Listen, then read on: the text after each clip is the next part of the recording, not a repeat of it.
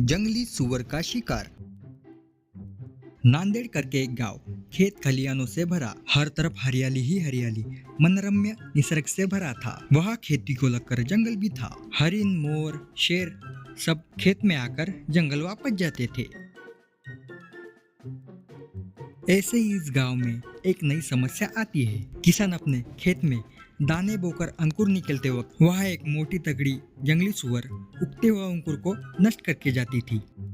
किसानों को इस जंगली सुअर के उपद्रव को कैसे सुलझाए ये समझ में नहीं आ रहा था। तब लोग मिलकर एक जगह पे जमा होते हैं। तभी एक किसान, वो भूतों के जैसे रात में आती है, फिर भी उसको पकड़ने के लिए उसको रात भर राह दिखती हो, फिर भी नहीं मिल रही है। और एक किसान, उसको पकड़ने के लिए जाए तो वो मोटी तगड़ी है, उसको फांसा पकड़ के भी नहीं पकड़ सकते, कौन सा उपाय लगाएंगे।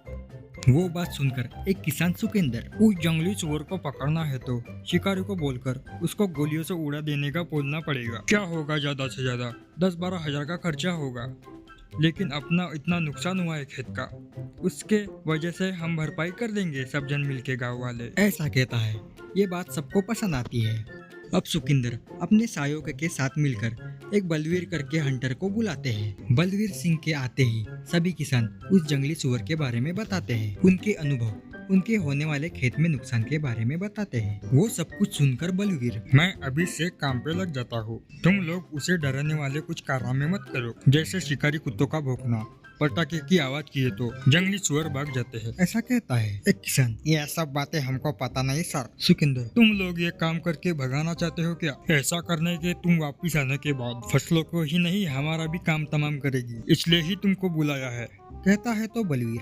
ओके, आप लोग टेंशन मत लो, उसको ढूंढ के उसका शिकार करके मारूंगा। एक बात बताओ, आपके खेत में गेहूं की खेती कर रहे हो क्या? इसके लिए सब लोग हाँ कहते हैं।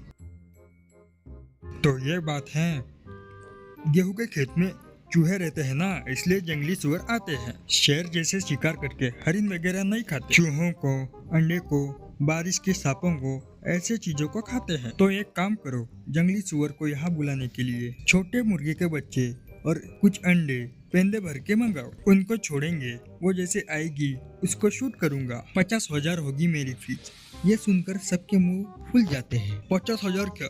वो देख के एक बंदूक की गोली मारने के लिए 50,000 क्या? बलवीर उनकी बातों को ध्यान देते हुए, ये बात तुमने फोन किए तभी तुम लोगों को बता देना चाहिए था। ठीक है, मैं मुंबई को चला जाता हूँ, करके जाते रहता है। रुकिए बलवीर जी, हम लोग जितना सोचे थे उससे ज्यादा आप मांग रहे हो। ये कोई शेर या सिंह नहीं है, जंगली सुअर ही तो है ना। बलवीर, जंगली सुअर को तुम मामूली जानवर समझ रहे हो क्या? उसको धोखा मालूम पड़ गया तो वो तेजी से आकर सामने वालों को टक्कर मार के चकनाचूर कर देती है। तुम्हें क्या पता उसका शिकार करने में कितना खतरा है। जा रहा था तो सर 20,000 ले लिए सर, ऐसा कहता है तो बलवीर रुककर जल्दी से मुर्गी के अंडे और मुर्गी के बच्चे रखो।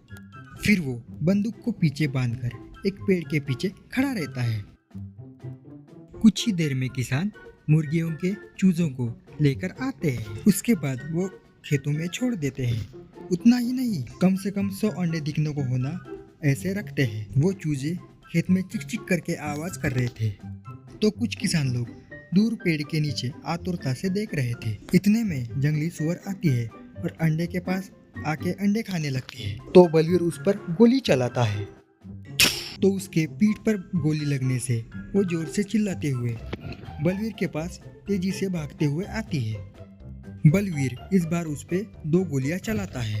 वो गोलियां जंगली सुअर के सिर पर लगने से वो जोर से चिल्लाती है और 5 मिनट तक छटपटाती है और मर जाती है। बलवीर सिंह खुश होकर सुकिंदर सिंह को 30,000 देने जा रहा था तो बलवीर, 50,000 कहा था ना। तो सुकिंदर, ये क्या 20,000 में मान गए थे ना सर, कहता है बलवीर। मैं मान गया करके बोला नहीं ना। ऐसा कहता है। अच्छा, तो इससे ज्यादा हम दे नहीं सकते और देंगे भी नहीं, यही पैसे लेकर जाओ, ऐसा कहता है सुकिंदर। बलवीर अपना तुरंत मोबाइल निकालकर, हेलो फॉरेस्ट डिपार्टमेंट, मेरा नाम बलवीर है, मैं हंटर हूँ, तुम्हारे जंगल में सुअर को मारने को बोल रहे हैं, ये किसान लोग मार सकते हैं क्या? ओके, हाँ, ओके, लॉ के हिसाब से नहीं मार सकते क्या? अगर मारते हैं तो मेरे साथ भी अरेस्ट कर सकते हैं क्या? ऐसा बोल के बात कर रहा था तो सुकिंदर सिंह झट से फोन छीनकर कट कर देता है। अनजाने में बोला सर, ऐसा लफड़ा मत करो सर, ये आपके 50,000 आपने मांगे थे जो। बलवीर वो नोट का बंडल लेकर अपने जीप में बैठकर चला जाता है।